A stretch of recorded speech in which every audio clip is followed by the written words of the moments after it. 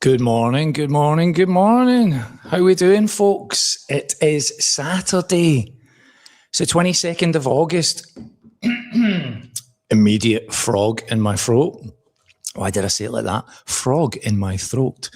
Good morning, folks. It's lovely to see you. We're back with another live stream. I've got real coffee this morning, no canned coffee. Oh, I've got some good stuff to cover this morning. I've got some interesting chat.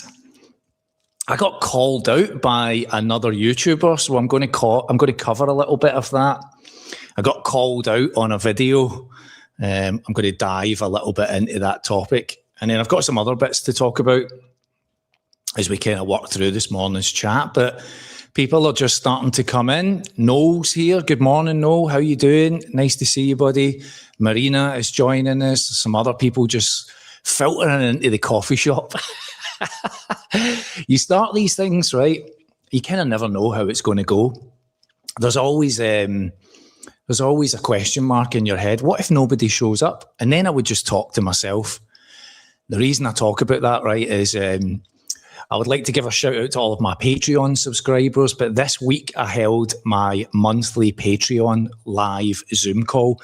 That's a little bit different to this because on the Zoom call, the members actually join me on the video chat, and it's a bit like going back to my work meeting days where I would just chat with people and they're chatting to me. So here, whilst you're in the comments and you're leaving me comments, I don't get to see your lovely, beautiful faces. I just see your names and your comments. But on the Zoom call, people join and we talk and we communicate back and forth. So it takes me back to my work days. But I had that on Thursday this week, and one of the members that was joining, Michael, Scouser lad, seems like a good guy. He seems like one of those guys, like in very early chat, I could see myself down the pub having a pint with Michael, even though I don't drink. It's been 4 days or something now since I had a drink, so I don't drink anymore. I'm back to that mindset now that I've seen Yvonne hungover one morning. You'll see that on the next video in the channel. That was enough to send me back to sobriety. But Michael messaged me this week before the Zoom call, and I was telling him, I never know if people are going to come to the Zoom call. And he said, what would you do if nobody was there? And I was like, I'd probably just talk to myself. I'm okay with that. And doing these video calls are a little bit like talking to yourself at times, because as much as you're in the comments and you're providing me with questions and topics and things, I'm still talking to myself for like 90 minutes, right? You need to get comfortable at doing that. So I opened the Patreon Zoom call on Thursday and nobody was there for the first minutes, right? And I'm chatting away to myself. Then Michael logged in and I was like, oh, hello, Michael. You were asking me about talking to yourself, and here I am literally demonstrating me talking to myself. Now, you guys are in the chat here, right? You're firing through comments and things, and I try and pick out what I can. So I'll go through them in between a couple of topics that I've got to cover. But if there's anything specific that you want to flag up to me, you can use the super chat feature on YouTube, and that means that it goes straight to the top of my list. And any super chats that come in, I'll dive into those topics and I'll specifically cover. But in around that, I'll get through as many of your kind of general questions and posts as we can. So, no morning, conversation here, waited with bated breath. Nice to see you, Noel. Thanks for joining us. And Marina is one of my Patreon followers, supporters. Thank you, Marina, for being part of that group. You were on the Zoom call on Thursday night. It was a nice little group that we had on there. Some new people, Rob, Michael, first time joining, but Michael and I have been chatting before. So it was a nice little group sitting on a Thursday evening, chatting and actually seeing people's faces and hearing their voices. That adds a whole other dimension to all of this. Quite fascinating.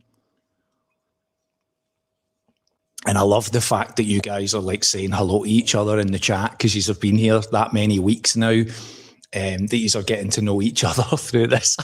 I love that. I absolutely love that. So good morning, folks. Funtime Frankie. Good morning, Frankie. How you doing? I've been watching your videos. Great little start to your channel. I think you've got like 18 sorry, 48 subscribers or something so far. Anybody, I don't know if you can click on other people's names when you're in the chat here, but Frankie's got a little YouTube channel he's got up and running. Sorry, I'm saying little channel. That's just Scottish patter, right? Frankie's Scottish, I'm Scottish. So I'm using Scottish patter between us, saying things like, oh, a wee channel. I talk about my own channel. I've got a wee channel. And that's just Scottish lingo.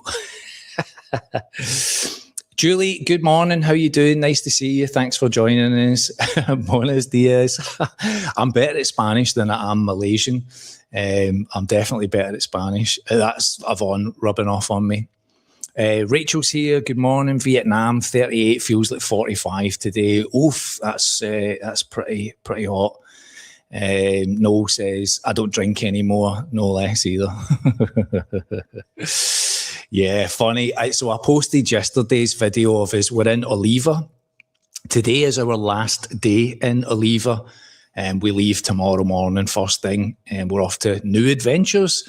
And I posted yesterday a video of Yvonne and I in Oliva. And then I've got a follow-up to that will probably go out tomorrow, which is the day after the night before, so to speak. And yeah, that was a little bit of a quick reminder. When you haven't been drinking all that often and our tolerances are so low, you have one glass of wine and a Jack Daniels and suddenly, Yvonne is a cheap date. Yvonne is a cheap date at this point. So fascinating. Right. I was lying in my bed last night and I was just very close to nodding off and I had the laptop on. I was watching YouTube and I saw a thumbnail that stopped me in my tracks. And the reason it stopped me in my tracks is because in the thumbnail, wasn't one of my videos, but the image in the thumbnail looked a little bit like me. I'm going to show you it in a second, right? And you can tell me whether you think it looks like me or not. And I didn't come to that conclusion about it being me because it was like an ego thing, a big-headed thing, or like something else. But mainly because I had reached out to the content creator that was making it. And when I saw the thumbnail, I was like, oh. And this is one of these moments, what I'm going to walk you through just now. It's quite an interesting little kind of dive into sometimes a little bit of the behind the scenes on YouTube and also following channels on YouTube and a little bit about being a creator on YouTube. So I hope you'll just stick with me a little bit here, right? Let me explain this. If I was going to use the language of the content creator that I'm about to share with you, I would say I'm going to speak into this topic. I hear him use that language quite often. I completely understand what he means by it. It's not normally something that I would say, but I relate to it when it comes to this particular topic. So this is what I mean by I got called out by another YouTuber, right? I'm using that language specifically because I'm going to, again, dive into it a little bit. It's probably more what I would say, right? But let me screen share something with you. And again, just give me a few minutes here, right? This will go somewhere. Have some patience. You guys join me every Wednesday and a Saturday and sit and have these conversations. You've got patience. I see that in the statistics. And this will all make sense. Thanks for going with me. Let me screen share. Right, I'm on YouTube last night, right? Here's my page, right? This is me on YouTube, and I'm sitting going through, here's my algorithm, right? Bali videos, Pattaya videos, YouTube, finance, numbers, carries, shorts, heavy metal, right? And I'm scrolling down, and I see this. I see this on the screen here, right? Now, the packaging is excellent, right? Because the packaging immediately, it made me stop because I'm like, is that me? Now, the reason I say that, and look, that's a great AI image of me. That's Gemini or Claude or one of those AI systems reimagining what I look like in a slightly more deformed Mr. Potato Head than the picture that I showed you of what I looked like at like 20 years old on Wednesday night when I was showing you my old clubbing photos, right? I looked like You know, you get a Nintendo Wii, you open up the games section, you create a character, and it starts with a blank template. I am that blank template. That's what I'm born out of, right? There's no, you don't need to add a moustache or glasses or long hair. I'm just the blank template. I haven't developed much on from that. Mr. Potato Head is a perfect example. But I see this, right? And I'm like, in the title, you're doing it wrong, in the big finger point, right? Now, hopefully you've seen all of that. I didn't even check. Oh, I didn't add it to God damn it. I didn't add it to the window. Oh, I'm on telling somebody how to do YouTube according to that thumbnail, right? And then I've just blown how to do YouTube. That just goes to show the complete amateur hour. You can see it on screen now, right? So I'm on YouTube last night. I'm scrolling through all these videos. Here's what I was talking about: Bali, Pattaya, YouTube. There's Carrie and Richard, who have travelled from outside the UK. And then there's this, right? This is what I get to. This here, you're doing it wrong, Mr. Potato Head, right? So you can see that now. That's my Wii character. So you're probably thinking, how did you know that looked like you? Well, this is Tom Gatorix, content creator. He is a Brit. I think he's from Yorkshire, Sheffield area. Left the UK and has been travelling. And I follow Tom's channel. Tom has 3 channels on YouTube. He has English Refugee. He has Not Today Satan. And he has the Tom Gatorix channel. And the 3 of them have some of them have reshuffled around a little bit. I think Not Today Satan has always been called that, or NTS. And the Tom Gatorix channel, I think, was called The Broken Mirror, might have been something else. But English Refugee has always been called English Refugee. I found English Refugee first. It was his very first video of leaving the UK, and it had me hooked from that moment on. It's good warm coffee this morning.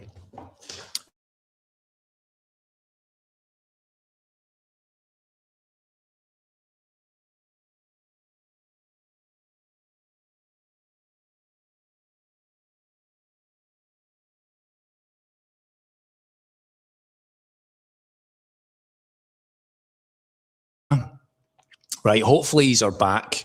I can see the camera buffers. The internet connection's a little. I actually downgraded from 1080p to 720 to see if it would make some difference. But that's just the way of it when you're traveling, right? So Tom has these 3 channels. I've been following English Refugee right from the off. Really enjoyed the content. And also, I like learning a little bit of somebody who's also traveling, seeing what comes up, the countries that they go to. I think he went to Mexico first, then left Mexico, and then ended up in like Vietnam and Bali and all of that. Give me a little bit of kind of inspiration on some of the locations that he was at. So he's got these 3 channels, and last night I see this thumbnail appear, right? And I'm like, it's me going, you're doing it wrong. And I thought, oh, this is fascinating, right? So where does this come out of? Well, as somebody who's followed all 3 of Tom's channels pretty much since English Refugee's inception, and then immediately moving into the other channels that he had and becoming a subscriber, and I watch these daily. It's one of my kind of routines that I get involved in. I sit down and I check out what he's up to. And I've just seen a note from Baz there that says, could you include a Yep, I absolutely will. I'll put a link down in the description of this when I tie it up, and you can go and have a watch, right?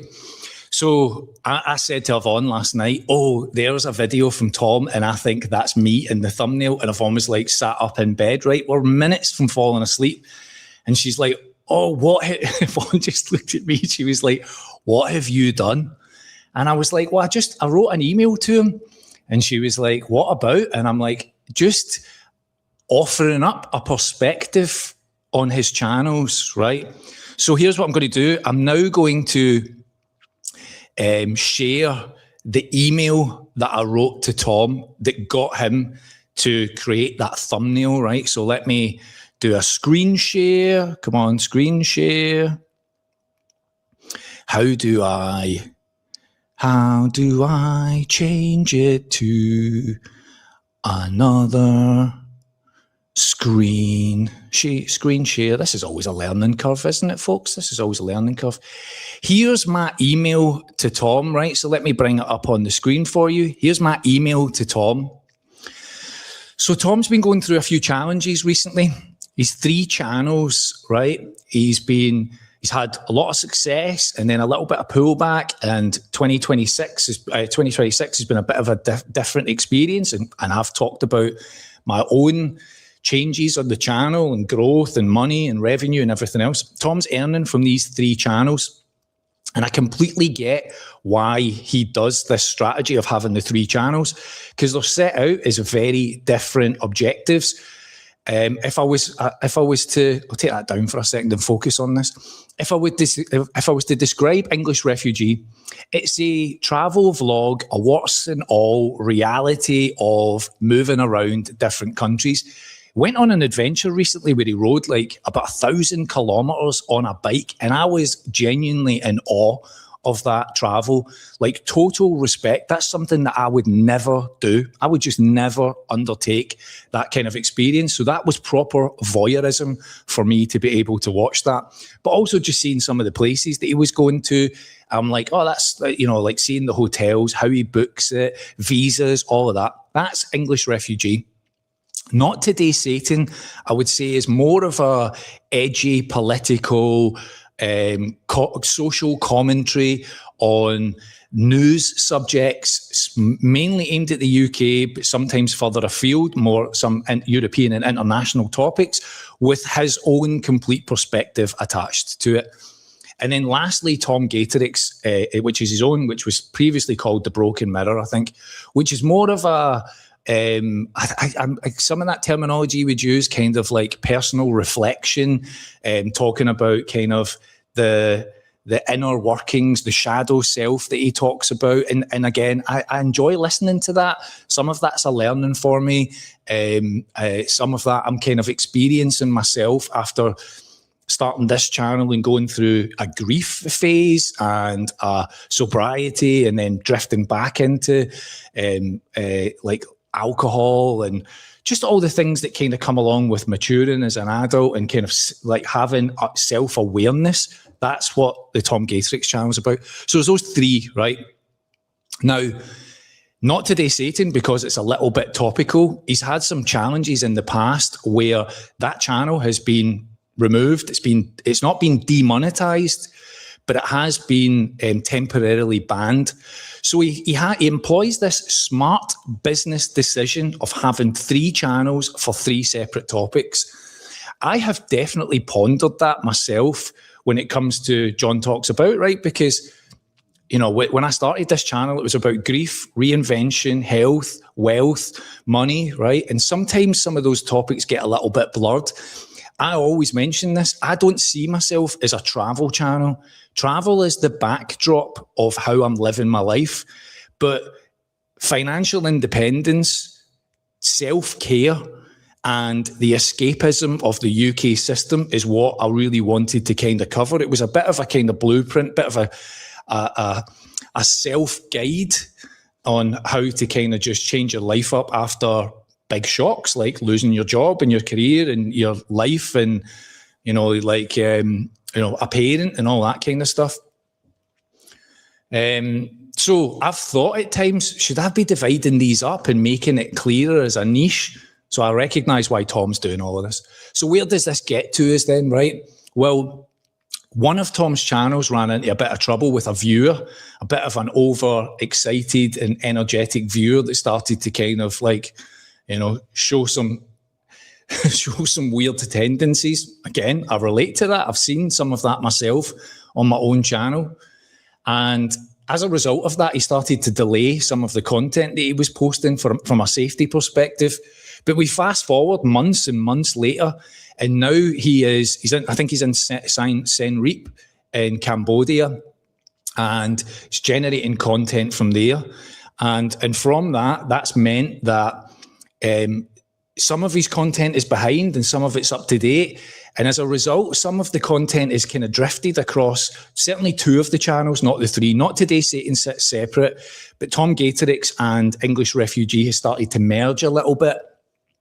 And I was I'm watching all of this and I'm struggling a little bit at times with the time difference, right? I feel like I'm in a Tarantino movie sometimes where it's like the end of the story, the beginning of the story, they're jumping around a little bit. But that said, I just kind of roll with it, right? I'm not one of these like, that's it, I'm unsubscribing, you've not got a clue what you're doing. But I read these comments and I see, when I filter through the kind of bullshit that's in there and the support and all that, and I look for the little gems of people saying, look, I'm struggling with the timeline, or why are you telling me this when I've already seen it? And I'm seeing that as well, right? So I took the decision to write to Tom, to drop him a note and say, listen, if I could offer up any advice, this is what I would say, right? So let me share that, right? Let me share what I wrote to him. So I said, Tom, I wanted to mention something because I've watched your channels for a while, and as a creator, I probably notice things that maybe others don't. From the outside, it feels like the 3 channels are gradually becoming the same channel. I understand why you built these separately, because it's a financial protection. And I understand the logic of the multiple income streams, right? So you're not dependent on one channel and you say one thing wrong and it's gone. Totally get all of that. But I wonder if this strategy is now working against you, because he was openly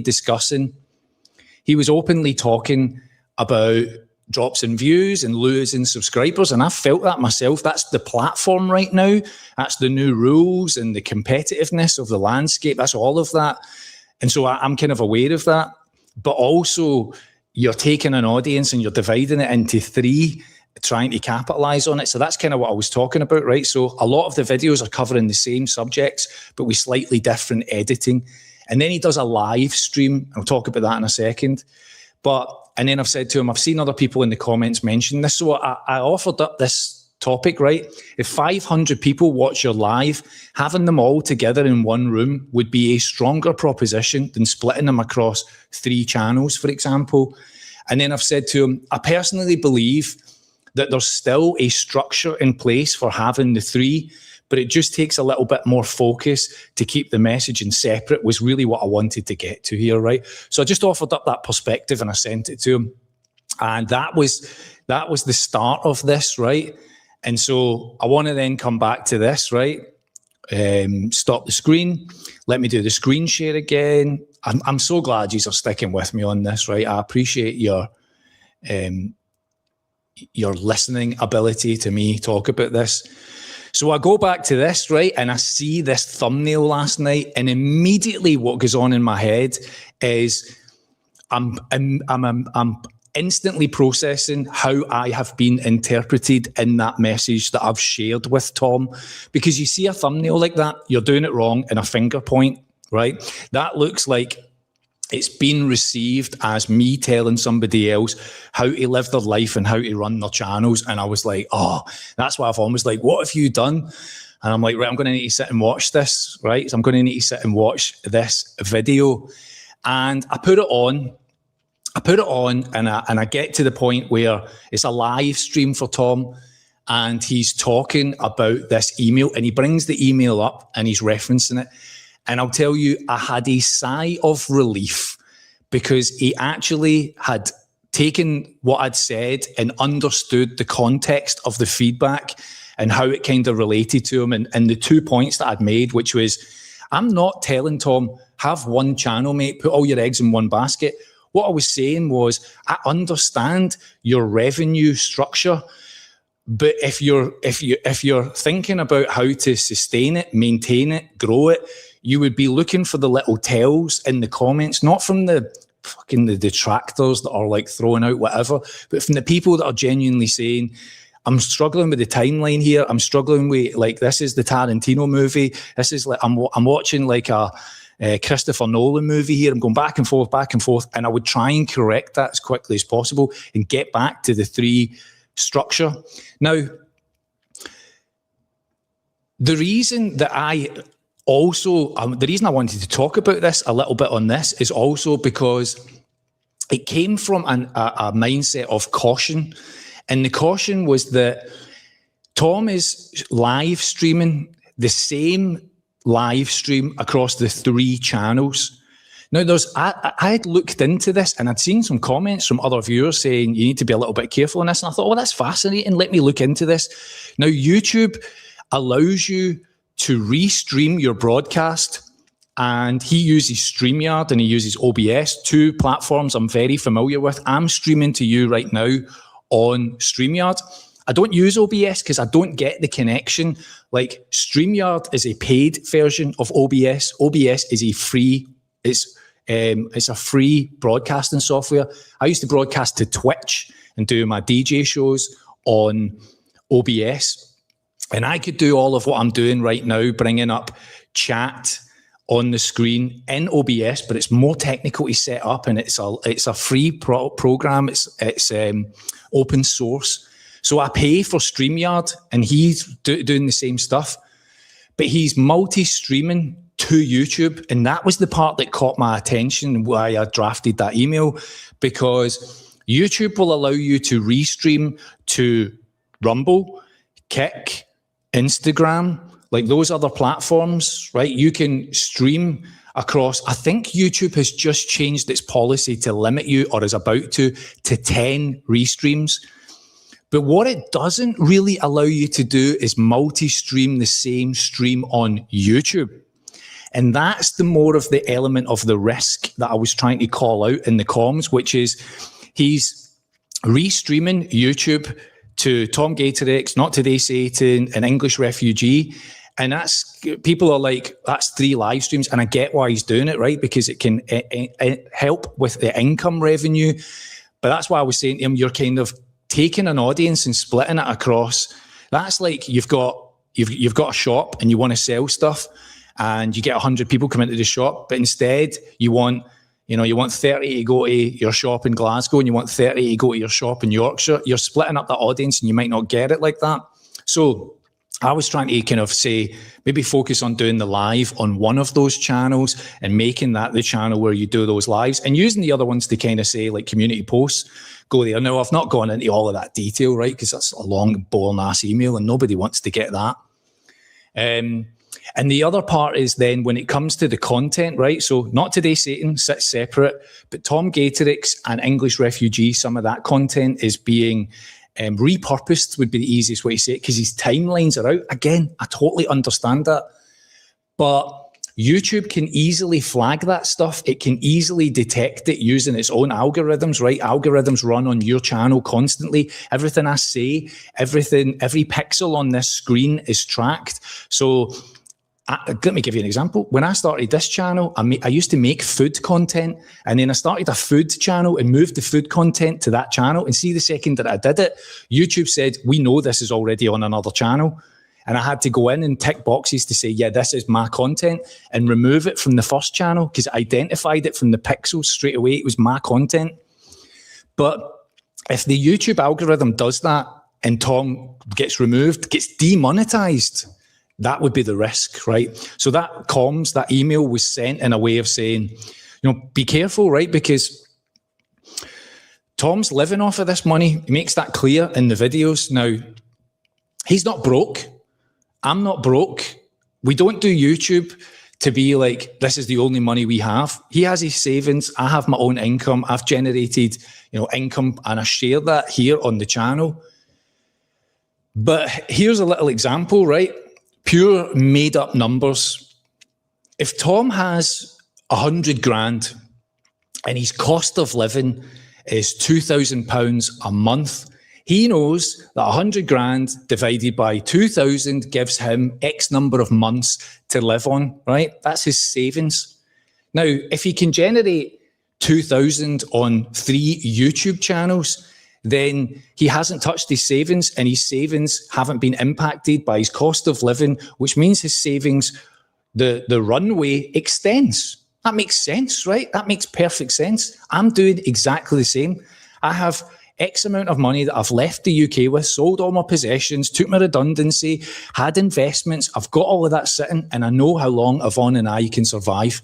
However, if I can generate some income from other sources, if I can make videos that I want to make and I can make a little bit of money, if I can make additional content on Patreon and people want to come and tap into that and that extends my runway, why would I not do that? There are so many retirees on YouTube who are following that same strategy. So anybody that would want to come along and criticize that just isn't thinking in a financially astute way. Like, no, I've got my 100 grand and I'm just going to spend that every single month till I run broke. Like, no, everybody is using their entrepreneurial skills to think, if I can earn 50 quid here, if I can earn 100 quid there, then my month and my years of living just becomes a little bit more comfortable. There's no secret here. Like, I love making YouTube videos. I love sharing all of this stuff, but I also want to make a little bit of money out of it. I don't think I've been secretive about that. And I don't think, that's also Tom's agenda with the 3 channels.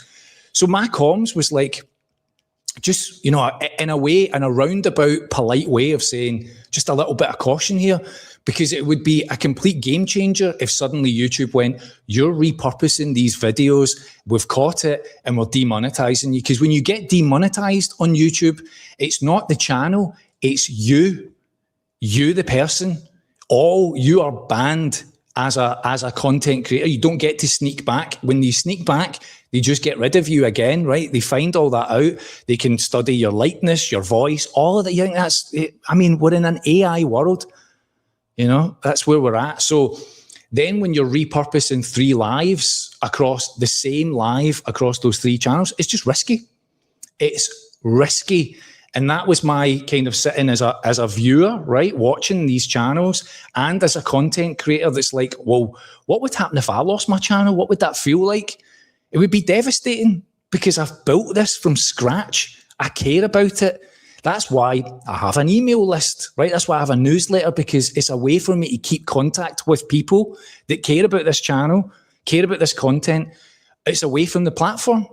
That's also what Patreon is, right? It's a way for me to keep in contact with people that's not reliant on YouTube, diversifying my ability to create content. That's a business structure. Oh, you've turned your YouTube channel into another job, John. Yeah, one that I fucking love doing, one that I show up for relentlessly in order to scratch the itch, to make something, to make a few quid out of it all of that, right? So I'm going back to this point. I laughed about the thumbnail, right? Because let's bring back the thumbnail, right? You're doing it wrong, right? Now, what is that? Is that clickbait? Is that clickbait? I had a viewer recently message me about one of my videos. Now, I don't think I create titles that are like super, like, we went here, we hated it, click here for why. But there's an element of this game, right? There's an element of this game. I've used this analogy plenty of times before. If you walked into Blockbuster video in the 1990s, I'm going to get a video, going to get a VHS, a Betamax, if you're old enough, a DVD, and you walked into the shop and they were all just white cases with black text on them, right? Die Hard, The Goonies. You would be like, what the fuck is The Goonies? It needs something on the front of it to draw you in, right? That is the packaging. It needs a title. Die Hard. How did he die hard? I want to know how he died hard. Let's get that in the night and take it home. Who the hell is Bruce Willis? Why is he in a white t-shirt with flames and a building blowing up in the background? I want to watch that. Pick it up off the shelf, take it home. Was that clickbait? Did they clickbait you into that? No, it's called packaging. It's called marketing. It's called sponging it a little bit to get your interest. You are now, YouTube is Blockbuster Video. You open the app, you see it. I opened the app last night. I saw a retarded version of my own face. It made me chuckle and also slightly panic. How has this been received? I clicked on it. All right, he led me in, and it turned out it was a nice message. Did he clickbait me? Oh, I mean, a little bit. Am I mad about it? No, that's the game. That's YouTube. If you have a YouTube channel and you can't figure out why nobody's coming to watch, right? Not when they're in, how much time they spend watching your videos. Before that, it's called click-through rate. It gives you a number, right? It's in your utility page. If you have a channel and people are not looking, there's something wrong with the packaging. You need to try harder and get them in the door. And then when you get them in the door, you've got to figure out how to keep them. That's a whole other battle. That's a whole other part of this channel. So there's elements of that. So I had somebody write to me the other day. It was like, typical clickbait. And I'm like, I mean, I don't think I live in that world, right? There's shades of it. There's little tinges of it. We got to Spain and it wasn't what we thought, right? Is that lead you in a little bit? Of course. But that's the game. And see if you don't like it. See if you're like, see that person that sent me that clickbait title, no longer paying any attention to anything they say. I don't care. I have no interest in your opinion because you don't get it. And I couldn't care less about what you think about all of this. I couldn't care less. I'm all open for, hey, you know, I don't like this. That's criticism. You can take criticism, but see when it's just nonsense and you're just never going to get it, it's a waste of time and effort trying to explain it to you, and I'm not going to do it. So when I see Tom's thumbnail and I see like that title, I'm like, oh my God, got my interest, piqued me. I went and clicked and viewed, captured, Blockbuster video shop, task achieved, marketing excelled. Great, right? Learn something from that. It AI'd my face. AI'd my face into like a Phil Mitchell potato head version of me. I was kind of flattered. That's why I wanted to talk about it today. But I went and watched it and I was so glad that he was like, he's not wrong. What he's wrote to me about, he's not wrong. And I wanted to talk about it here because now I can talk into that experience, to use a little bit of Tom's own terminology, and just share with you like that experience, right? I sent that email just as an unsolicited, hey, as a viewer and as a creator, I get it, but just caution, don't lose all of this that you've built because, you know, your eyes gone off the game, you know, you're distracted. Focus, because it is your business, it is your livelihood, it's extending your life in this new world that you've created. So, you know, that was it. That was that topic. Now, I'll say this much, right? Here's where I'll extend that out. I am no different to this. I get critique, I get feedback, I get messages from people, and I pay attention. And sometimes I pay attention and I'm like, yeah, you've made sense there. And sometimes I've got to say, I don't agree with that because you don't really, there's more to this than meets the eye. So let me give you an example of this, right? I got an email from a viewer recently that was talking about my channel. And I hope they won't mind. I've blocked their names and things out of it, right? I'm going to show you the email. And then I'm going to explain a little bit around it, right? So let me do this. Stop screen share. God, this is footery on this app. But see this bit of software that I'm talking to you on? It costs $44 a month. I'm in the wrong game. See this, in order to do this, with Julie's name on the screen, that costs $44 a month to stream at 1080p. See if I want to stream to you at 4K, it's like $75 a month to be able to just do that. Now, if I took the time and learned OBS and got into all of that new world and the audio mastering and the video footage and all that, I could do it for free. But I value time over some of this. Right, let me show you the email from the viewer that I got, right? Now, this is sent under nothing more than just a follower of the channel, right? So this is somebody saying, hey, John, caught the end of your live stream and great to get involved. I just wanted to give you some feedback, though, on your recent topics, YouTube rules and the 8,000 watch hours. For me personally, and it's not just your channel, but the length of the video has a big influence on whether I watch a video or not. 10 to 20 minutes are ideal, as I can find the time to watch these most days. 30 minutes 30-minute videos. I watch these if I've not got anything else to do or I've flicked YouTube on. But once I see 40 minutes plus, I rarely watch them unless it's something that really interests me. I know you're coming up with ideas and you're making the content, takes a lot of effort, and I honestly want to see your channel thrive. I appreciate that support, right? That's what you're after. So I don't know if it's possible to break up these longer videos into part 1, part 2, etc., right? That's the comms from a viewer, right? Received by me as it was intended, like somebody asking a question saying, would it make more sense to break these up a little bit? Now, I don't read that and I'm like, don't tell me how to run my channel. I'll do this. It actually sparked interest in my brain where I was like, well, this is fascinating, right? This is a viewer giving you feedback, and how do you receive it? How do you take it? So you can go into YouTube Studio, right? And it's got the AI built in, and you can go into the data. Hello, love. You can go in. I thought she was going to come and get me into trouble there. Like, you're being too ranty. I'm passionate about this stuff. Oh, is it this one? All right, safety first, ladies and gentlemen. I didn't realise I'd need goggles to do this show. The plants are taking over. I feel like I'm in the little, it's not the Rocky Horror Show. It's the little, what's the Pet Shop one with Rick Moranis? Little Shop of Horrors. It's Little Shop of Horrors. It's a great movie, isn't it? Right, so this person messages me, says, should you break your video up? 50 minutes is too long. Now, I don't make a lot of 50-minute videos. I don't go out my way. I don't do it because I'm like, I'll make more revenue on this. It's just sometimes the story kind of tells itself over that time scale, right? Let me give you an example. The interview with Lee and Sarah was actually about an hour and 30 minutes long, and I cut it down to 43 minutes, and that took a lot of effort. Multi-cameras, audio. It took me quite some time to edit that down to 43 minutes. And then I felt like it still had enough of the core storyline in it.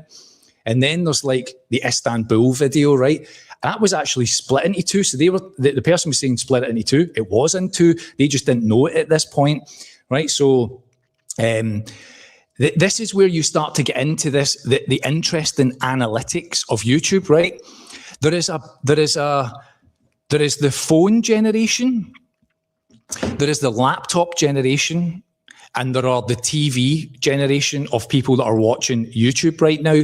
And I can go into my analytics and I can see the split of who's watching what. Now, on my analytics for my channel, 55 to 60% of people watching it, and maybe you can confirm this in the comments, right? You can type TV, laptop, or phone, right? But 55 to 60% of my viewers are on a TV screen. Now that changes some things. It changes like what the colours look like, how you present it on screen. The audio is very important because people are listening through TV speakers, surround sound. So you can't be sitting somewhere with a fan above your head that's like, tick, tick, tick, tick, tick, tick, tick, tick, because that's going to do people's heads in. So you have to think about this, right? You have to think about the presentation. What will I look like on the TV? What will the thumbnail look like on the TV? What will it look like on a phone? Can you read the text on a phone? See, when people watch it on a phone, they flick through the next video quicker than they do on a TV. So there's a thing right now on YouTube. It's called the lean back viewing. Right, I'm giving you all the inside juiciness of all of this. What does it mean by lean back? See, the people that are watching it on a TV, they don't flick, they don't jump away as quickly as they do on other devices. They actually settle into it like a TV show, which means that they don't want to be thinking about the next video 8 minutes later or 10 minutes later. But there is a sweet spot, and the person that wrote that to me was absolutely spot on. There is a sweet spot for people, and the sweet spot is like, for me, it's about 30 to 40 minutes. And then beyond that, if you break an hour, just across the platform, if you break an hour, you start to lose people because it is a big commitment. I do that myself. Tom's videos sometimes run to an hour and 20 minutes. And when he's got 3 channels and he's doing lives, I can struggle to keep up with the content, especially when some of it is a crisscross back and forth, right? So there's this lean back. So you're kind of making videos a little bit like, well, this story can run a little bit longer. People have a bit more patience in what you're watching. You think of Mr. Beast, cut, animation, crazy graphics, cut. Your brain is programmed for constant dopamine hits of excitement. That's why shorts are fucking horrible, because you've boiled everything down to distilled of 30 seconds. I hate it. See this new rule that's came in about how much you'll get paid for the millions of views? Thank God. Thank God. Because here's what I'm going to do. I'm not going to make shorts anymore. Right now, I make the odd one, but it's an advertisement for the main video, right? It's a little kind of teaser. But I can tell you from the statistics, so few people flow through from shorts to long form because they're different brain sets. They just are. The data is there. So the person that was writing to me was saying, I don't really watch these longer videos. They were coming at it like you might be losing viewers or watch time. Right, well, let me show you this. Let's go to my data. Let me give you the bit that YouTubers never show you, right? Because they're all shite bags. They're all shite bags that you're going to be like, wait a minute, you earned how much? I'm not giving you a donation. I'm not giving you a super chat. You're better off than me. Like, that's the mindset, right? That's the protectiveness of the data. And since I started this channel, I've shown you every penny. There's no hiding, right? Because if you want to do this, you want to start a channel, you think you're going to make money from it, watch this channel and see the ups and downs, the spikes, the peaks, the troughs, the reality of it, and then ask yourself, would I really want to do this? I have put a shift in this August. I've been in this house, I've had nothing else to do, and I've enjoyed being able to just sit and make things. But that's not every month. And as a result of that, I'm going to show you the reality of it, right? So here is what this looks like. Stop the screen share, do the screen. If I was to tell this company improvements of how they get my $45 a month, it would be this. Stop making me click off of one and click onto the other, because that's annoying. $45. I'm in the wrong game. Right, here's my statistics, right? Here's the important bit. Here's the juicy bit of all of this, right? You go into like content. So let's go to that last video, right? So this one here, this is the one that the person had messaged me from, 44 minutes, right? Now, 44 minutes, when I look at the data, here's what it's going to tell you. That was a really solid performing video. 40% more of my subscribers actually cared about that video. So of all of the subscribers that I've got, when I post a video, this one resonated more with the subscriber base than past videos that I've produced. So that's an immediate message from YouTube saying, this is a good video. Now, here's the other part, right? Talked about the 8,000 watch hours and how achievable all of that is. This one video has generated 632 hours on its own. So if I was starting a channel and I landed a video like this, like 4,000 watch hours is the current rules. I've one video, 3 more of those, and I've pretty much made the monetization threshold, right? And then let's talk about the engagement. This is the important bit. This is the part that I wanted to explain to the person, because anybody that doesn't know YouTube would think this is a flop, right? That this hasn't worked. 9 minutes and 26 seconds is the average view duration. That's the average amount of time that people spent watching this video. So the natural reaction, and from that person, would be to say, but you made a 44-minute video and it's only been watched for 9 minutes. If you split it into 2 and you got that data, it would be better. Not necessarily. And here's why not necessarily. Because see, every single video that you post, it is a lottery ticket. It doesn't run under the same rules as the previous video. That's not how YouTube works. Every time you post a video, it's like a scratch card. You've no idea if it's going to do well, not, if the algorithm's going to push it. It just doesn't work like that, right? It's a total lottery on every video. And so if I split it into 2, the second video could completely flop, and you're also asking people to come back and watch it. Now, said all that, I naturally did have this in a break, right? Because it was going to be too long. But 9.5 minutes, look at the data there. 1 minute and 32 more than usual. So that's telling YouTube people are actually paying attention to this. People like this. People are sticking around. The people who are on their telly that are laying back, doing the lean back technique, are watching this much longer than they're watching his other videos. Push this a bit further, right? So I went into the AI and I asked it, like, what is the performance of my channel? And actually, the top last 5 videos out of everything I've posted have been more than 30 minutes long. All right. So we get through all of that, right? And what is ultimately the understanding? It's just that that person, their viewing experience doesn't quite fit the content that I'm making, that particular video. Doesn't make them a bad viewer. Doesn't make me a bad content creator. It just shows you that there are so many different ways of doing all of this. There's no handbook. You don't open a YouTube channel and get given the operator's manual on day one. It's made up. Everybody's making it up. There's no right or wrong. There's no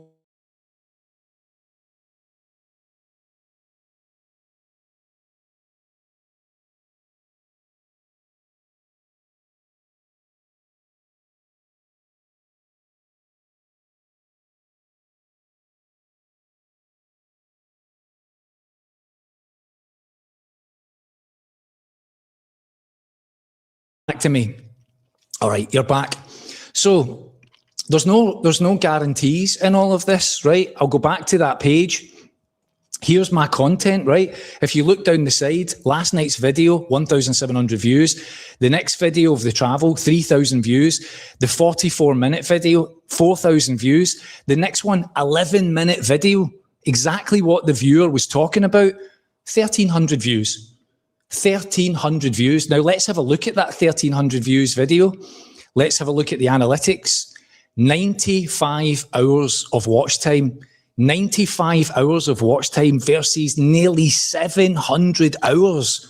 And like, for all the people that have got YouTube views, channels in here, fuck views and fuck subscribers. They don't mean shit. What's important is watch time, right? Now, let me show you the basics of all of this. Let's go to my analytics page, right? This is me showing you this stuff before I normally make a video about it. But let me show you August, right? Let me show you August. Come on, load. There's August. 5,700 hours of watch time in August. So remember that conversation. Can I get to 4,000? Can I get to 8,000? That's realistically, I'm a small channel. Don't be fooled by anything else. I get 1,000 views on a video. I get 3,000 views on a video. That's not hard. Remember, packaging, interest, titles, create intrigue, get people into your channel. Stop overusing AI on thumbnails. Nobody wants that. I'm a real person. I'm a real person. Fuck AI. Fuck all those bullshit channels that just churn nonsense out to brain rot you to death. I'm not watching that. That's why I watch Tom Gatorix, because I like real life, good or bad. Right? I watch Tom's videos sometimes and I'm like, oof, he's off on one. Do you know what I don't do? That's it. I hate that guy. Unsubscribe. I just watch it because it's the ups and downs of life. Right? How many people watch The Sopranos? How many people watch Breaking Bad? Newsflash, people, they're bad people in those shows. You still watch it because you root for them. Not saying that Tom's a bad person here, just to caveat that. I'm just saying that if we watched YouTube videos the way some people watch them, if we watched Breaking Bad, you'd be like, oh my God, I'm unsubscribing to Breaking Bad. He's just done a bad thing. He's doing this and he's doing that. That's how people watch YouTube channels.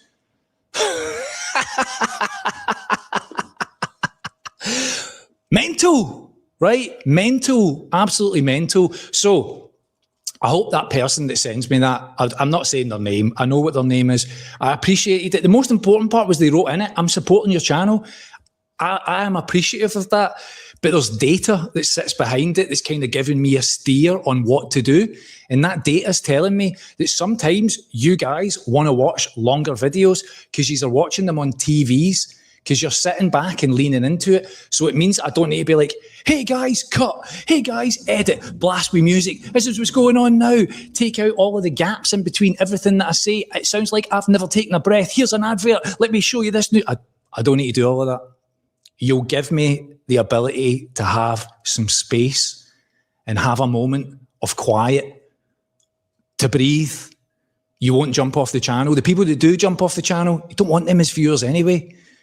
That's the 18-year-olds that are like that with their phone. Flick, flick, flick. Dopamine hit, dopamine hit, dopamine hit. That is madness, right? You guys are all older, right? You're all the same age as me.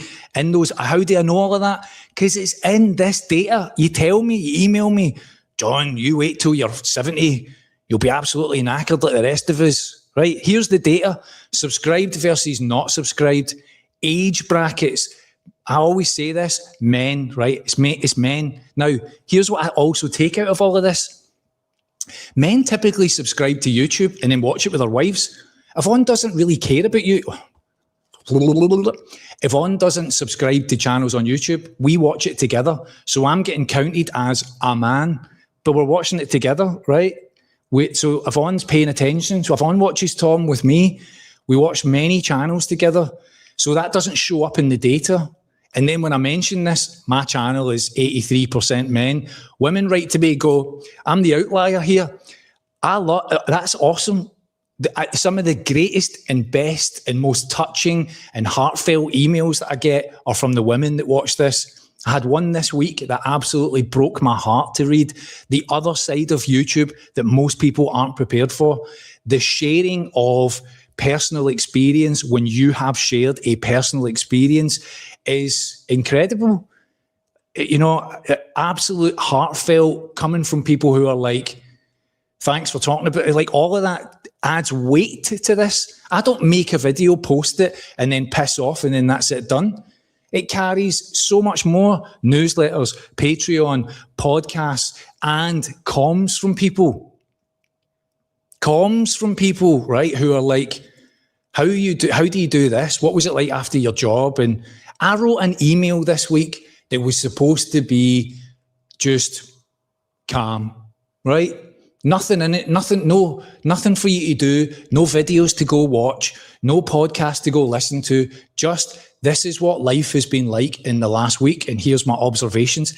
I've had more replies to that email than most that I send out from people saying, this landed at the right time, thanks for sharing this, I'm in a bit of a dark place right now, and it's good to hear that there's another side of all of this. None of that was in my mind when I wrote it. I don't write it like, oh, this will really pull at the heartstrings. I just share a bit of experience and it comes back, right? And that typically comes from, I would probably say that's more weighted towards women that share that experience. I sit down with Yvonne and I'm like, help me read this, right? Because it's like, that's relived experience, right? I've talked about here about losing my dad and what that's been like. And I sit and I reflect on this, right? I sometimes sit and I feel like, God, I hope people don't interpret this, that I'm just this pure, oh, well, life's moved on, happy-go-lucky, smiling on camera. We're in Bali. Isn't life awesome? Like, there are moments where I sit every day and I'm like, God, I miss my dad. But I can't come on the video every day and be like, guys, I miss my dad, right? Because life does move on. Things do get better. It doesn't stop you from internally thinking about those things, right? And if because I don't live it out every day on a video, then I'll get called out on it from people that are like, oh, you're just a clickbait. Oh, you're just in this for the money. All of that bullshit. You know what I do with that? Fucking hide from channel. I can't be bored listening to your pish. This was not how I intended to start a Saturday morning, but I feel like this needed to be said. All right, so there's those age brackets down below. Can we shift back into, get back to reality? Can see the age brackets. You guys are in the same age brackets as me, right? Why do I say that? Because see, when you were in your youth, right, and you were listening to music, you were listening to like Pink Floyd, or you're listening to the Doors or the Beatles or the Rolling Stones or whatever, right? Those bands were allowed to make albums, and they were allowed to make like, hey, we're in the studio right now and we're writing an album called The Dark Side of the Moon, and at one point we're going to set off 500 clocks. The record label had been like, sorry, what? How much is this costing? I don't think so. You know, we're not going to sell any albums because this is going on Spotify and 13-year-olds are going to flick by it in 13 seconds. How about you just make a snappy hit? A snappy hit. That's the world we live in now. That stuff, concept albums, watching a 90-minute movie, it's gone. People are like that. Dopamine hit, dopamine hit, dopamine hit, dopamine hit. That's YouTube. So see, when you see those statistics from my page that says that somebody watched it for 10 minutes, that is exceptional. 10-minute viewing time of a 40-minute video, as per YouTube's own AI of the entire platform, is exceptional, because the average viewing time on YouTube as a whole is 2 minutes. 2 minutes. So see, when people are making videos and they wonder why they can't get attention, because the thumbnails suck, because the titles suck, and then when you get to the content, it's not resonating in people's brains fast enough. People that make videos with like 30-second intros of like beaches and, oh, I wanted to make a cinematic Christopher Nolan. Nobody cares. Nobody cares. Get to the point. And that's hard, right? Because sometimes you want to be like, oh, just settle into this video. You get no grace on that. You get none. And see, if you're not cut out for that, you're not cut out for YouTube. Greatest advice I could probably give to people thinking about starting a channel mainly would be don't. Now, I'd hate to stifle anybody's creative urge, but do it because it's a hobby. And if it turns into being money, awesome. But see, if you start it to make money, you are doomed from the start. You are doomed from the start. I've used this analogy before and I'll use it again. I got my first set of turntables and my first records, my first dance records when I was 15. It wasn't until I was 16 that I got my first listener. Do you know who that was? Yvonne. Yvonne would come into my bedroom to come and visit me, and I would play some records and she would sit and listen. I played to myself and I was over the moon playing to myself, and I always said, as long as I could listen to my own music and dictate what I was playing, that's all that would matter. It took me years and years before I got booked to a club. And see, when I played my first club, there was nobody there. There was the bar staff, and it was horrific. It was embarrassing. I had to eat that shit up over and over and over again. I can remember very distinctly one time flying to London and going to a club, and I was on at 3 o'clock in the morning and there was nobody there. I got 50 quid to do it. I paid for the flight myself and the hotel myself. I just wanted the experience. And it took years before I eventually played in a club that had people in it. And then see, at the end of all of that, when I went back to just being in my kitchen and playing for myself, it felt no different because I still cared about it. It wasn't, I'm going to start this to make money. It was, I'm going to start this because I love it. And that's what you have to do with YouTube. See, if you don't love it, it's going to be over for you very quickly, because you're not going to be able to handle comments when they come. You're not going to be able to handle emails. You're not going to be able to handle the ups and downs of every video that comes along. Oh, I got a 1, exciting. Oh, the next one's a 10. Oh, I'm devastated. You're not going to handle any of that. You're not ready for it. It'll destroy you. All these people that are like, oh, I'm chucking YouTube because I can't get to 8,000 hours. Then you weren't going to make any money anyway. That's like me saying, I kicked a ball on the park when I was 15. Where's my Ronaldo money? Where's my big wages? I kicked a ball. I'm no different to Ronaldo. What, I didn't do any of the training? I didn't play for Real Madrid? What's that matter? I've still been on a football park. It doesn't work like that. It doesn't work like that. Right. And end of rant. That's 2 coffees for you people. Let me go back through comments and see what's been said of all of that. Tom Gatorix, if you ever see any of this, mate, I hope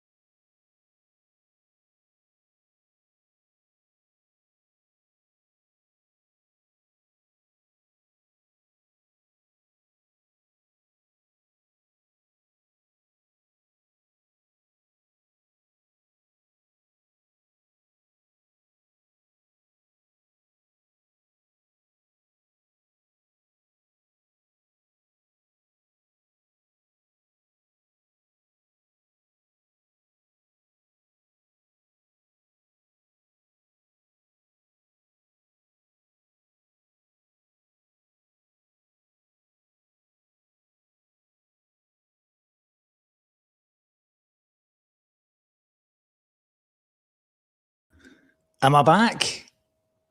Is it worth the 45 quid? Am I back? Can somebody in the comments? Somebody do it. Go on. Am I back? I pay 45 quid, $45 for this software to crash on me. But luckily, right at the end of a rant, and Baz is right, my video's been pulled. I'm telling Tom, be careful your channel doesn't get taken down, and then I get taken down for too many expletives. Look at how big my face is. I've put on too much weight in Spain, too much bread. Why is the bread so good here? Why is it? Why is the bread in Spain so good? It's just not full of crap like it is in the UK. It's tasty. Right, I hope people are coming back. Julie says, that plant looks like a green ear stick. But he keeps missing it. I know. It's next week, it'll be a completely different location. More flaky internet somewhere else. He's definitely on one, so not aware of the plant. Welcome back, everybody. I hope you're all good. I will share in the description Tom's channel, and I'll share that with you all. Mate, been following you for 2 years. Ignore that comment. I haven't seen you clickbait or receive a video. Thank you. I appreciate that, mate. You know, like I say, it's just this is all a big game, right? And you got to learn to play the game and play it to your standards. Play it to what you see as fit. Don't worry about anything. We all love you. Thank you. Bumblebee, I appreciate that. And I immediately think of Jim Carrey when he says Bumblebee Tuna when I read your name every time, because I'm childish like that. I have a mental capacity of about 15 years old, I think. Where's Yvonne? Hiding in the corner, out the way. Like, oh, he's on one today. 2 coffees have kicked in. I'm staying out the road. Again, if you've seen yesterday, is it yesterday's video? I think it's actually in today's video. I discuss Yvonne's frustrations with me in a supermarket, actually.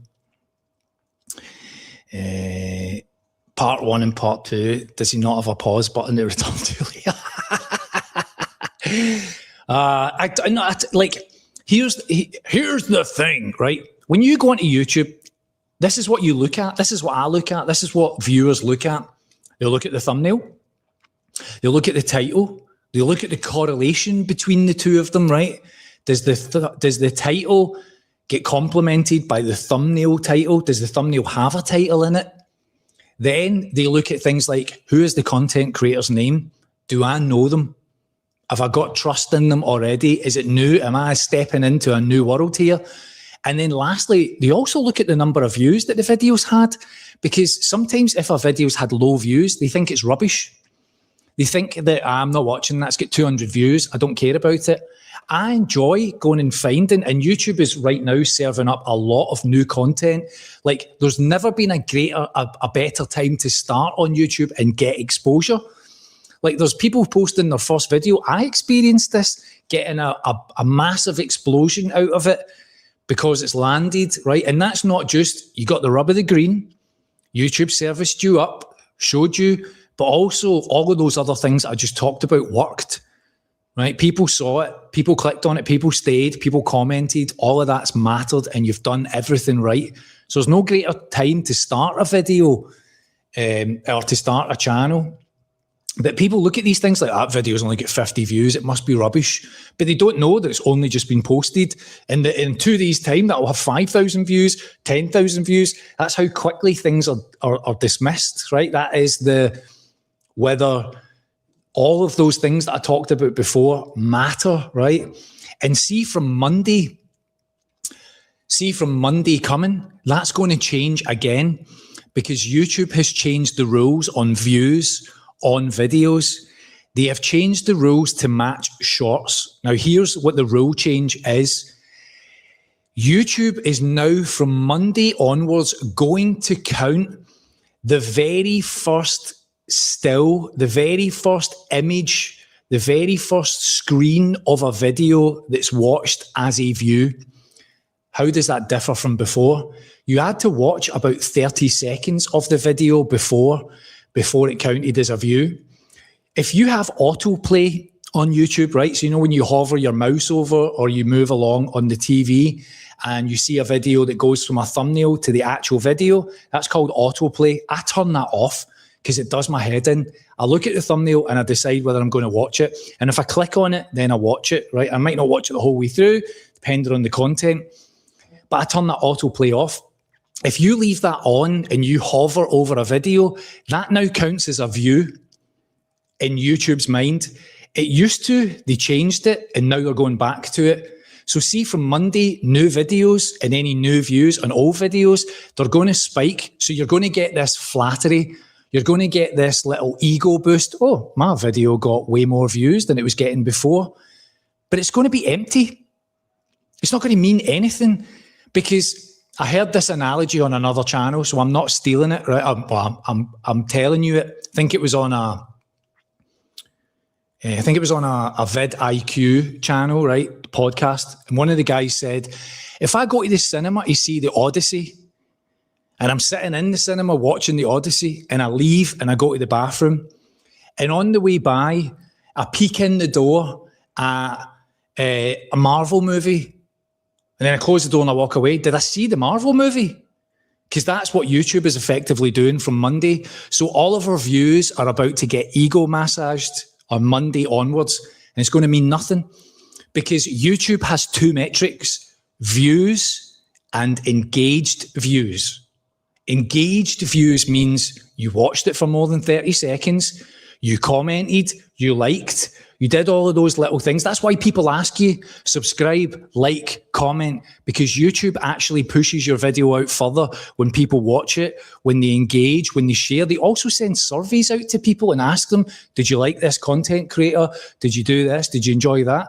They take feedback on stuff way more than you would probably ever understand is happening, right? So I'll show you, I'll go back to my analytics, do a little John teaches, right, on here, right? Let me go to my dashboard and I'll show you, right? So let me go to a video from a couple of days ago, right? Let me go to the We Survived video, right? Here's the analytics. Am I showing you this? Have I shared it? Let me share it. Right, here's the analytics, right? Here's the chart. So it comes out, it goes up, flattens off, then it climbs again, and now it's starting to flatten off. That's it, had its peak. This probably won't do much else now. It'll hover around those numbers. That's it, effectively dead. YouTube has pushed it as far as it cares to. It's over. Unless some funny reason comes back that people come back to that, it's over, right? But I can come down. In fact, bad video. The data's not updated. It's always days behind. Let's go to the interview with Lee and Sarah. So Sarah Lee, the cakes. Leave me a comment of which is your favourite Sarah Lee cake. Analytics. Right, now here's a good one. It's still climbing, right? It's still doing okay. It's not peaked yet. It's not totally flattened off. It's still moving. 785 hours of watch time.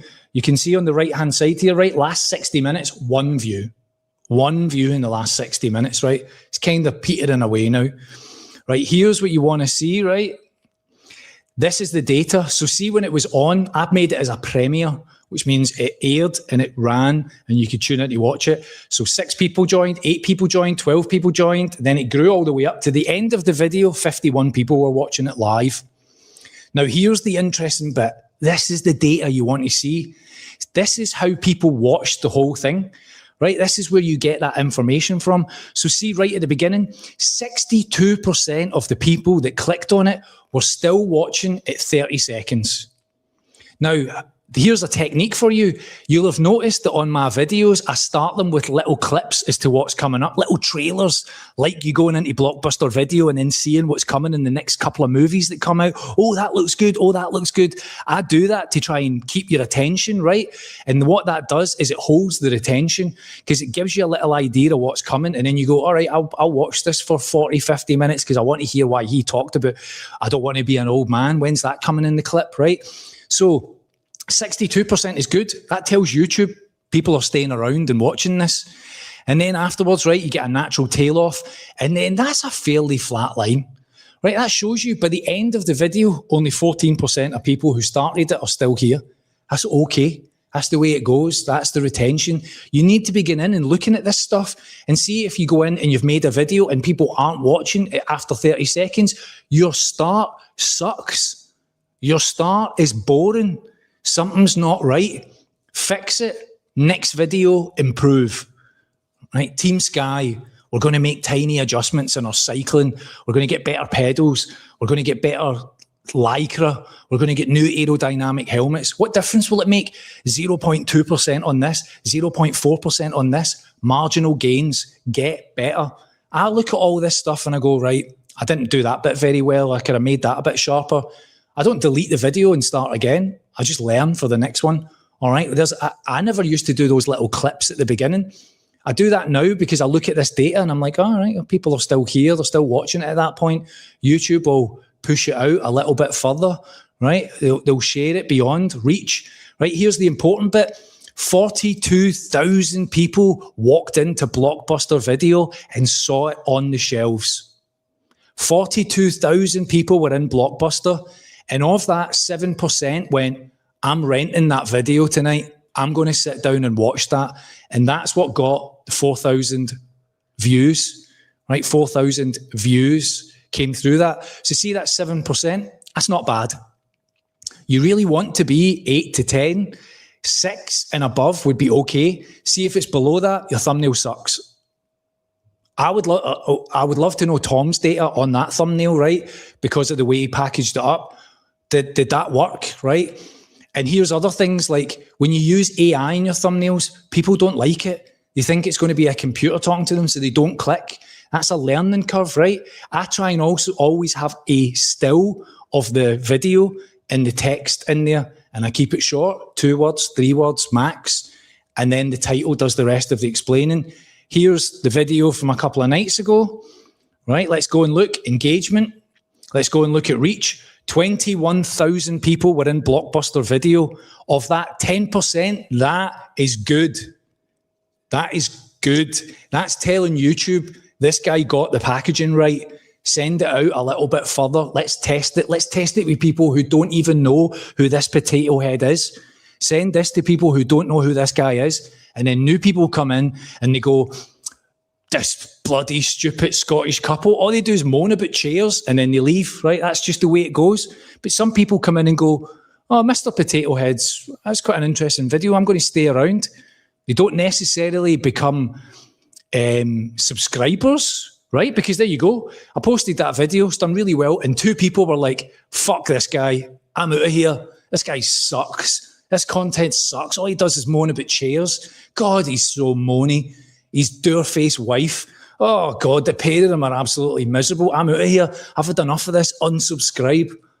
That's the reality of YouTube. YouTube is telling me, video's done well. People are watching. Your packaging was really good.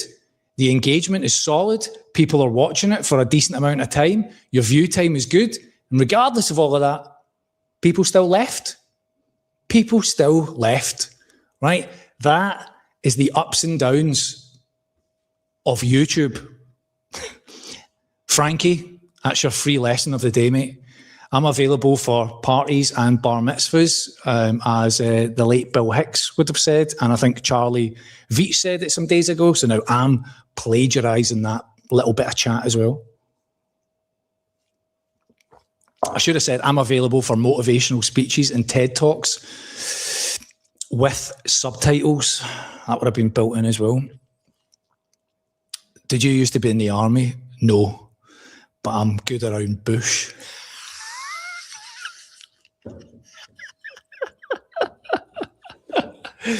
You see, there's always outliers to every situation. Got somebody here watching on their phone with headphones. Let me see if I can find, I don't know where it is on the actual, I don't know where it is in the laptop studio, but I'll see if I can find it on here. Content.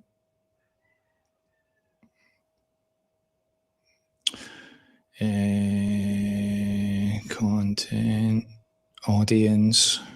So on the audience section. Right, here it's here on this screen, right? See that? TV, mobile, right? So you can see 41% in the last 28 days are watching it on a TV. Only 9% are watching it on a tablet, and 30% are watching it on a phone. So you kind of think about those things when you're making content, right? I was watching a content creator the other day, clicked on their video, and they had a fan running in the background. I immediately turned the video off because all I could hear was chugga, chugga, chugga, chugga, chugga, chugga, chugga. And I was like, I mean, that's like listening to somebody with a washing machine sitting next to them. You've got to think about that stuff. Like you got to understand that's annoying. I've got the kind of brain that would start counting how many times that blade was rotating, and I'm like, what are they talking about? Dong, dong, dong, dong. Oh, that's about 128 beats a minute.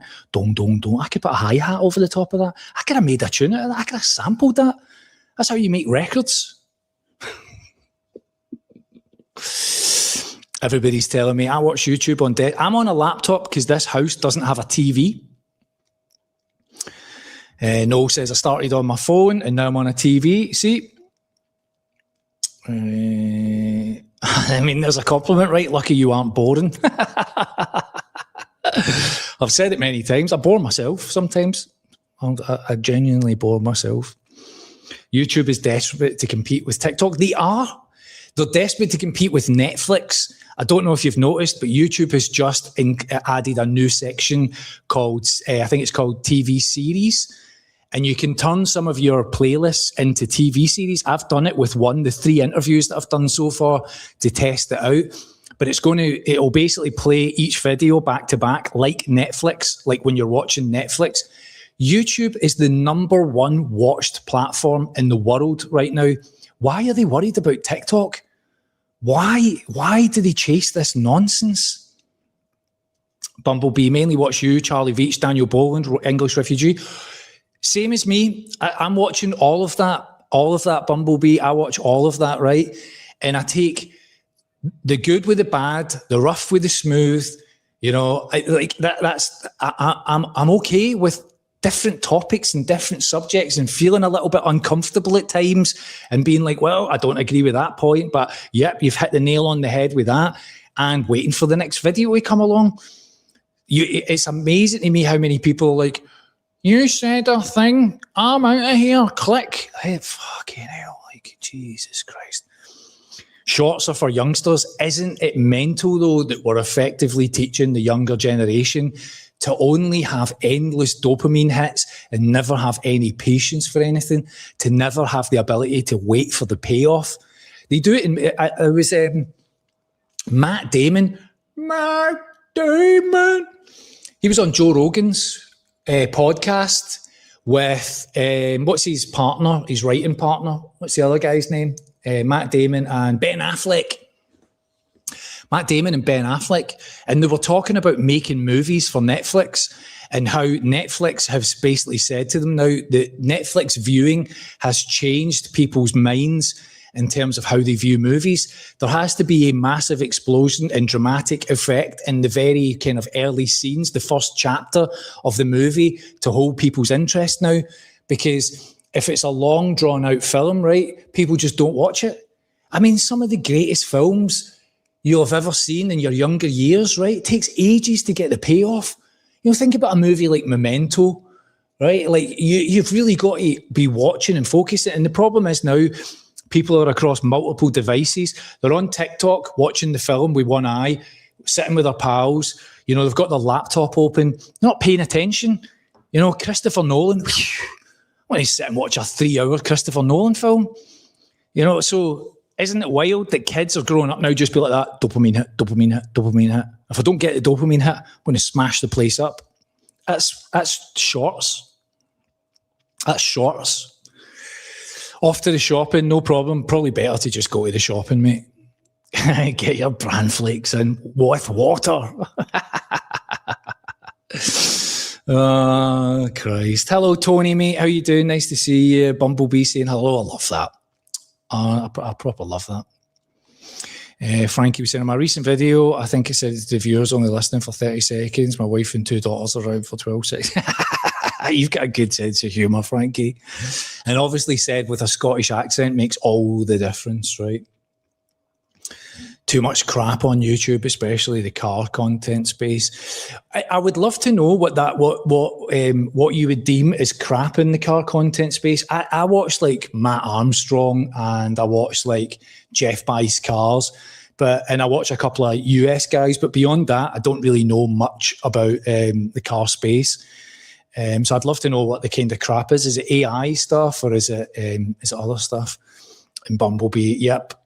We miss the people that are gone, not just the dads, but the people that are gone. We all live in that world of thinking about it regularly, don't you? You don't need captioned AI image thumbnail to get clicks. Yeah, there's a real fine line in this, right? Of where the overuse of AI in thumbnails, and they all just start to look the same after a while. I make mine. I'm trying to take a still from the video. I clean it up. I clean the image up, brighten it up a little bit. I put it into Canva, right? So I'm going to show you, right? This is these are all the juicy secrets, right? This is the proof is in the pudding. Does this guy live the game, right? Share the image. I pay £15 a month for this bit of software. This is a program called Canva. It's a website you go to, right? If you wanted justification, there is every thumbnail that I've made, right? They're all there. There's all the thumbnails. I make them all myself from start to finish, right? Here's yesterday's video, right? That's me making it. There's the text. There's the image. There's like to brighten it up. There's the photo. Like that's all. I make them all.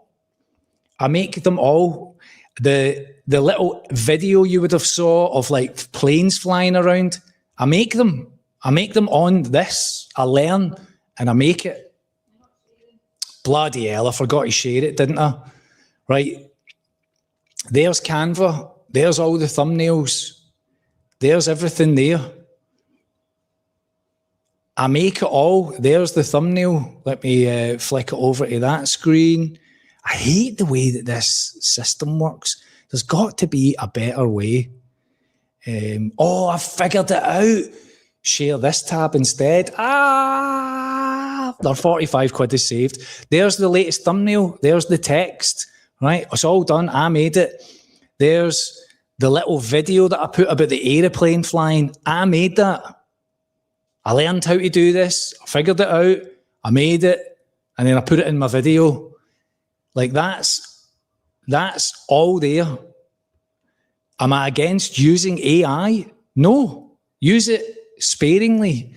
I brainstorm titles, I brainstorm descriptions and thumbnails and all that other stuff. But see when it's like massively AI generated, oh God, I'm not watching that. I'm not watching that. Yvonne, don't give him any more caffeine. Exactly. She snuck over the back of me, right? Look, that's her reining me in. I appreciate the welcome back message. Thank you so much. Bloody system going off. Cars are the enemy. They are. They genuinely are the enemy. Has it been 2 years since you did your first video? It will be in January. My first video was January the 9th last year. And I discovered the other night, like I had another YouTube channel and I've been on that YouTube channel for 20 years. 20 years. Just making little music videos and things, but not sitting down and speaking. None of that. Never did any of that before. Totally agree on YouTube, Lee. Totally agree on YouTube. You got to love making videos. On the 8 hour 1,000 thing, 1 or 2 videos could easily get you there. I was talking to Ben the other day and I was asking how he's getting on. He's already done like 1,500 hours or something in his first like week of posting videos. Again, it's content that's attracting people. So he's well on his way. But you're right, Lee. You've got to give a fuck about it. Otherwise, it's never going to be for you. Baz replying to Bumble. I thought you just. I don't even need to be here now. I don't even need to be here, but I need to cut back on the carbs. Getting that pure chubby face in coming back. the same person that was messaging me about the clickbait stuff had posted previously saying that I looked gaunt and that I needed a good feed. I read all of their comments and they were all just being an arsehole in every comment. Like, and now, like, see if that person's watching. I don't read it anymore. I've blocked you from the channel. There's this thing called hide from channel. You're posting and only you see it. So you're just talking to yourself now. See, when you come on and you splaff shit, right? I'll happily, like, you make a comment, oh, you're looking a bit gaunt and you want to have a good feed. Nah, I'll leave that. Go to the next one. Oh, you're just full of clickbait. Right, so I click on your name and see when I click on your name, it shows me all your comments and then I see a pattern and see when I see a pattern, I get bored of it. I'm like, oh, negative comment, negative comment, negative comment, negative comment. I wouldn't sit in my house having a coffee with you, listening to your negative bullshit. So I wouldn't do it here. So hide from channel, never hear from you again. Never. Don't darken my door again. Life moves on. You're splaffing away thinking, ha ha ha ha, posting a funny comment on his page. Nobody sees it. Nobody sees it. It's one of the great joys of YouTube. That page is mine. YouTube is the platform. Page is mine. The content is mine. I decide how it gets read, viewed, interpreted. And by all means, I don't like what you said here. Cool. I think you should do that differently. Cool. But see, when there's a history of just nonsense, nonsense, nonsense, nonsense, nonsense. Bye. See ya. Thanks for coming. Thanks for still adding to the hours. But I have zero interest in your conversation. Just wild. Wild. How many people have noticed that when you go to the restaurants and most people are on their devices? Yes, all the time, Baz. I mean, it's just the indoctrination, the pre-programming, like, you know, this is like a Tom phrase, right? But being awake, being of conscious mind at this point, I was an absolute droid. I mean, I was aware of myself and I was free thinking. But I was living in a system before 2020 of being like, keep a job, pay taxes, do the right things, keep working hard and be part of the system. And from 2020, as you will probably be able to understand from all of that, I was just like,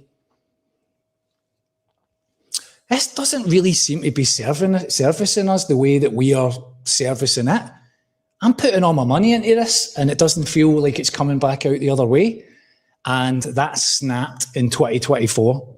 It was a big bit of elastic that just kept pulling and pulling and pulling from 2020.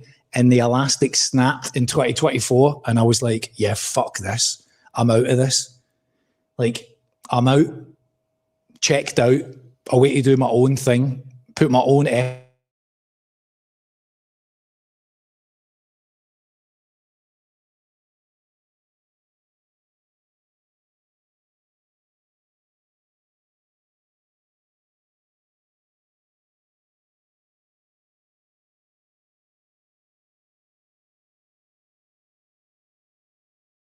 I've left that message on screen. I'll take that down. Let's go back. Let's see what else. Bumblebee, do you want to put it one way and lose it? I'm generally just trying to find a balance. I kind of know when I feel good. I've weighed myself here in this house and I'm 12.5 stone.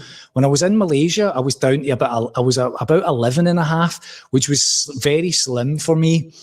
But not anywhere I haven't been before, especially when I was doing a lot of high mileage cycling. And I felt very lean and very light. I feel heavy just now, feel heavy in the belly because I'm consuming more carbs than I was eating before. But that's just like, these are the swings, right? These are the little ebbs and flows of life. But I'll tell you what I don't do. I don't log onto somebody's channel and go into their comments and go, "You're looking a bit fat, mate." I mean, that's like, the mindset of people to do that shit is just wild. Like 99% of these people wouldn't have these conversations to a human's in a human interaction. It just wouldn't happen. It's like the Matrix. People are unaware of what has happened. Exactly, Baz. You know, it's like, it's so few and far between. Most people are just in the system, living within the system, and can't see a way out of it.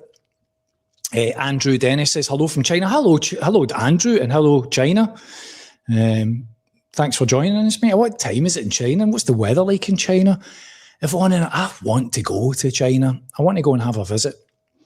I want to go and have a visit. Are you using a wide-angle lens? Nope, just on the standard DJI camera.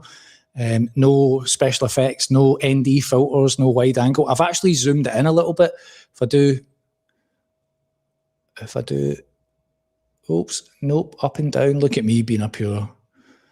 That's the normal camera angle. That's me zoomed in a little bit on my big head. Again, because I'm thinking like being respectful of somebody's house. And I'm also thinking about you watching me on a telly.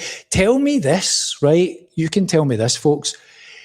Would it be off-putting if there was a little bit of background music in this? Like if I found a little bit of music, nothing like, no pure rock music or something, but just a little bit of an ambient tone or a little bit of something there that sat in the background of this, would it be distracting or would it add? Because I listen back to these sometimes and I think it just needs something, just needs a wee je ne sais quoi. Curious to know what you think of that. What DJI camera is it, John? It's the DJI Osmo Pocket 3. I am currently using 3 cameras. The DJI Osmo Pocket 3 is the one I'm probably going to get rid of. I haven't figured out how to do that yet. I've just recently bought the Luna, the Insta Luna. I've bought that camera. And I also have an Insta Go Ultra, which is the one I've been filming the airport stuff with. And I just hold that and I hang it around my neck. So that's what I'm using, mate. 6:35, wet in Beijing, China is amazing. Love it. Nice. It rained quite, did it rain here yesterday? No, day before, rained quite heavily here, like proper storms. I was up on the roof. I've made a wee shot, right, and I wasn't sure whether I'd post it or not. I was just taking the piss a little bit. But it was me going out into the gardens and the rain and the wind and all that. And I was like, I'll post that, and then I'll get somebody saying, I